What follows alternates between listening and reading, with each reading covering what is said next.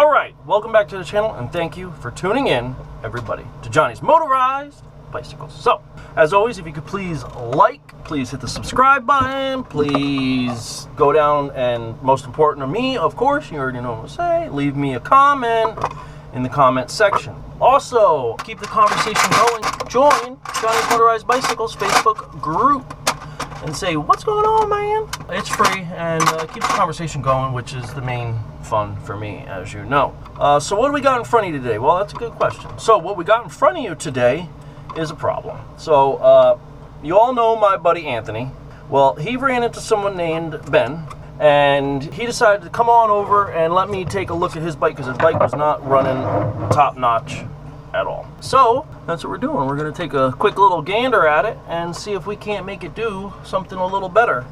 So this is the motor. I'm putting the timer wheel on it now. We're just going to change a bunch of things up. We're going to open it up a little bit. I can see, I already looked inside. The ports are completely clogged up and stuff, not with anything besides, you know, casting and what have you like that. So let me get into this a little bit more. Let me figure out what the port timings are. Let me see where I'm going to bring. I'm not going aggressive. I'm going pretty light with this. I want something that is reliable and moves along a little bit.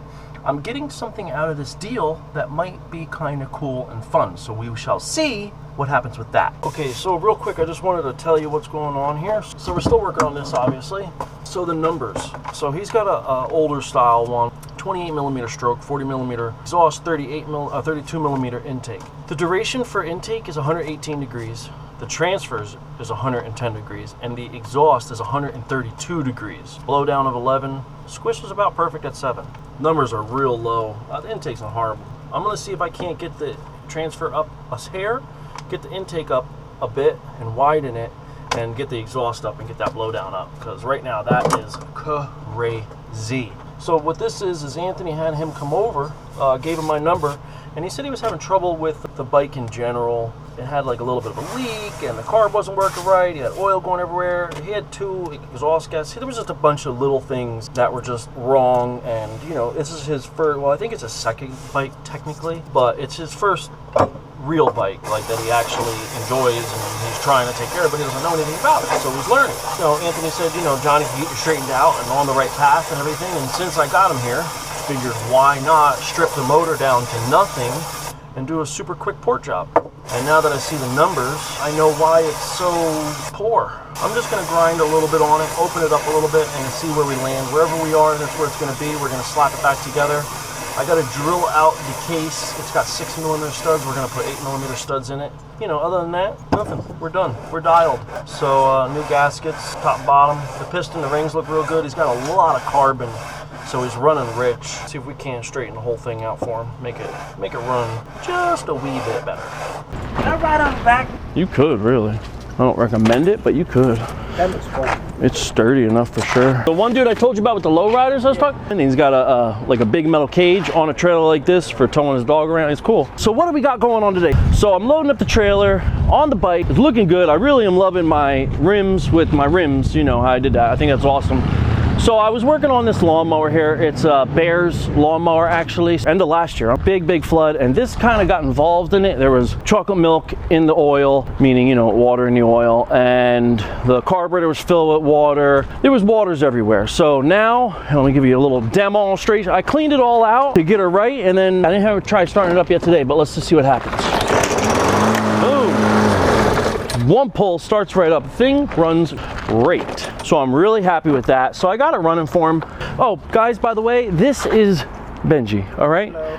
He had a bicycle that was just running real crappy, so he came over and I helped him make it run even more crappy, and then we got it to run slightly better, and now it's running half decent. There's still a jet issue. I just don't have the proper jet. I think we need a 66 or 67. We got a 68 in it right now, and I think it needs to just be leaned out a tad bit more. So what happened is it was just basically messing up on him. So I was like, you know what, come over, let's check it out. It's an old school motor, 80cc 66, but it's got the 32 millimeter intake port, you know, the spread of the bolts, 40 in the back, and I believe it's a 38 millimeter stroke. I didn't measure it, but I think it's a 38 millimeter stroke because it has a low hole piston, type A piston. Did a bunch of port work to it, mild, nothing crazy, gave him a little bit more power. He's enjoying it. Took the cap off last night. It's been like a process of all week, just going back and forth, a little bit here, a little bit there, but we just tightened it all up. I had some tires laying around. They're really old, but they're like brand new, just old. I put a new rear rim in the back because he had a broken spoke.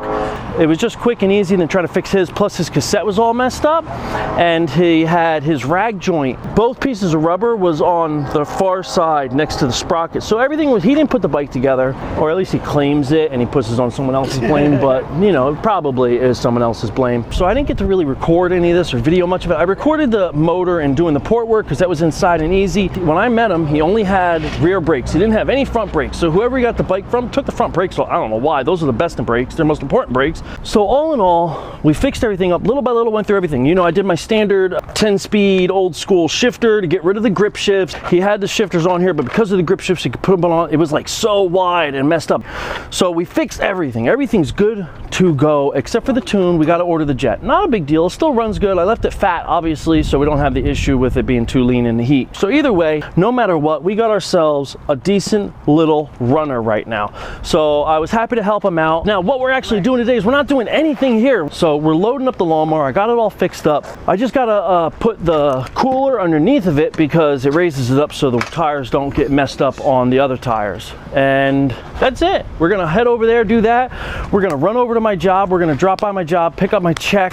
We might go to Hobo Freight after that, or I might just head out to Elizabeth. I'm not sure. It depends on timing and whatnot, and I'm waiting for a message to call me back. So either way, we're looking good. I'm happy about everything and the way it's going, so let's get it gone. All right, you want to pick her up for me?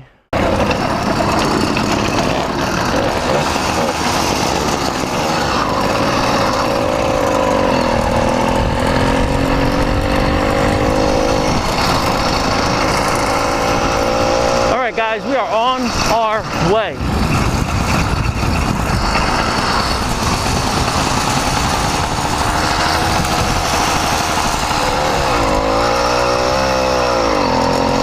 We're gonna drop this lawnmower off real fast, and then we're gonna head to my job, head to the mailbox, and probably head to Hobo Freight.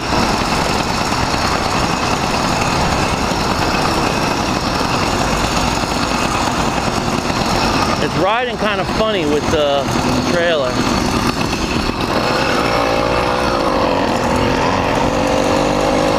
Probably just because the weight is so high right now.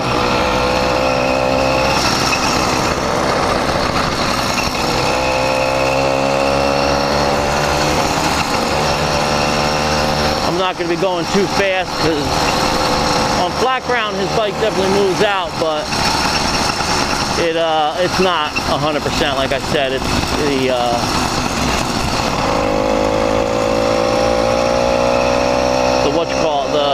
carb is still lean, or it's fat right now, and it really chokes itself out. So. But it's got a lot of power at that sweet point when the needle's adjusted with it, because it's running good with the needle up to like half throttle. It runs really nice, but anything after half throttle is kind of a problem.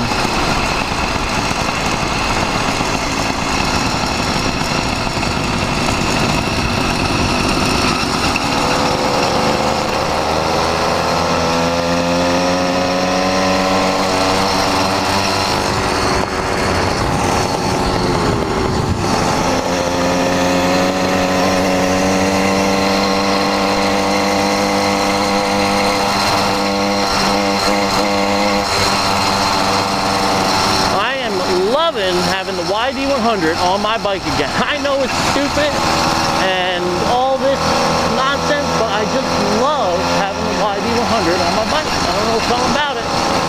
I just love it. Even though the iron sleeve is by far a better motor for a daily, in my humble opinion. Just because you can't beat having that steel inside the sleeve. If something was to pop inside, it doesn't break nothing. It just whatever breaks, the piston might break, but the cylinder's 99% of the time totally fine. Nice toilet. But either way, I only need the trailer really to drop the lawnmower off, and I was definitely going to use it to go pick up the welder, because I definitely need a way to carry it back, obviously. But I'm not going to pick the welder up now, because he asked if I could pick it up tomorrow, which I thought is completely fine. So we'll do that tomorrow after I get back from work and whatnot. So I think just a quick ride over to my job, pick up my check, and then take and pick up whatever I can at the mailbox. I think all good things.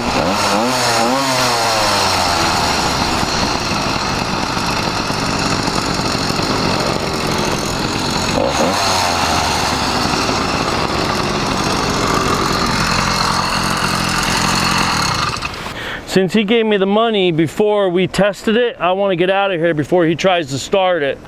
Because I already know it probably won't start, so I don't want him knowing that. Hey, Bear.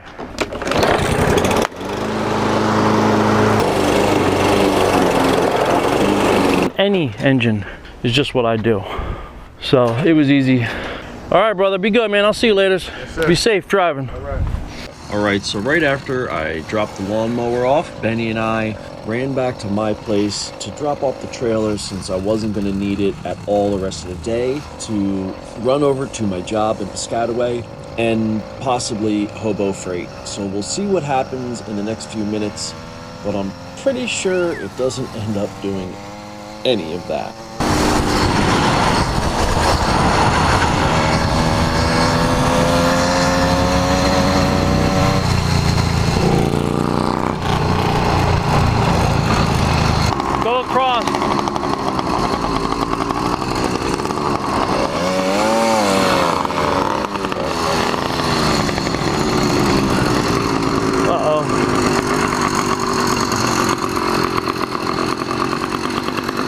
That's not good.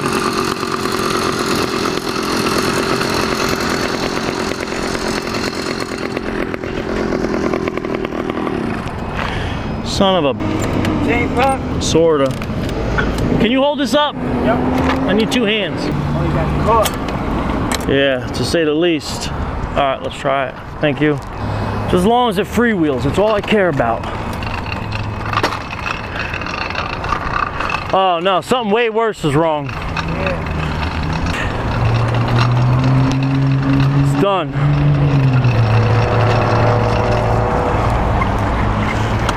The whole wheel's broken. Oh! Broken axle, or the hub came out. All right, we gotta get home. All right, guys, it looks like I either broke an axle or the hub came loose. I honestly don't know. Luckily, I'm pretty close to home, so hopefully I can switch out the tire real fast or the rim and just book, but I just got a funny suspicion that that's not gonna work out for me. You know the time off the top of your head? 4:30? Yeah, I'm not gonna make it to the job, but I might as well get something to drink since I'm gonna be here. It's moving at the hubs. The axle is tight on the dropouts, so I'm thinking it's more than likely an axle. I'm assuming. I have not done any work on it yet. Honestly, what I was gonna do is just switch the rim. But as you can see, I never made it to do any of the stuff I was talking about doing. Benny and I ended up going back to my place with me being quite frustrated because of what happened. So you see that the bike directly in front of me is not even tweaker. I knew I needed a spare bike regardless, and the only thing holding up the mule from running was putting a new coil on, because I had originally taken it off to put onto the black and orange Mongoose Freddy. Now mind you, I haven't rode this bike in probably 4 months, and I never finished getting the tune right. So even doing all this is kind of for naught, because it doesn't actually get me past the issue of having a running bike. So I eventually just take off the rear wheel of Tweaker and put on a new spoked wheel. The whole day kind of just ends up being a little bit of a nonsense day and can't get anything finished or done properly. But what I do get done and finished somewhat properly is the new wheel on Tweaker, just so I can get going and ride the bike. But that's where the next day really comes into play.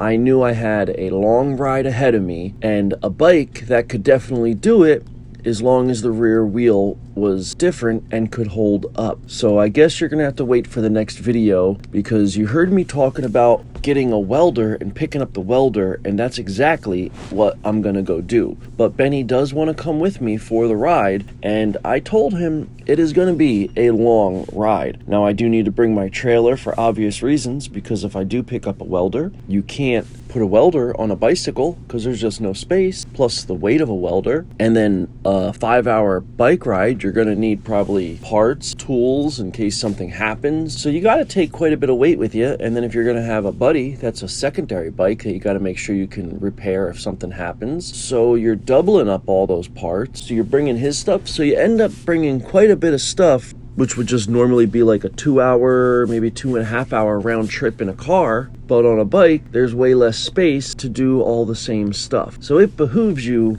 to just go ahead and bring everything so you can be ready for the worst. So I finished switching out the coil on the mule. One of the last repairs I ever do to this bike, you'll find out more about that in an upcoming video. And I switch out the rim on Tweaker, but I didn't get any of that on video because the battery died, and at this point I just needed to get things done so I could be ready for this big trip I'm about to take tomorrow. So look forward to the next video. I'm not gonna lie, I'm thinking about putting it up as a long video. So if you guys like ride videos, you might want to watch the next one, because it's probably going to be the longest ride video I put up in entirety. It will be edited, it will be shortened from the original ride, and I will cut out a bunch of stuff because I honestly didn't even record the whole thing. It's still a good hour and a half long probably, with all the little bits that I didn't record. Plus there's a buddy coming with me, so it just makes it a little bit more fun and entertaining all the way around. But do leave a comment to let me know what you think about having a long form video like that up.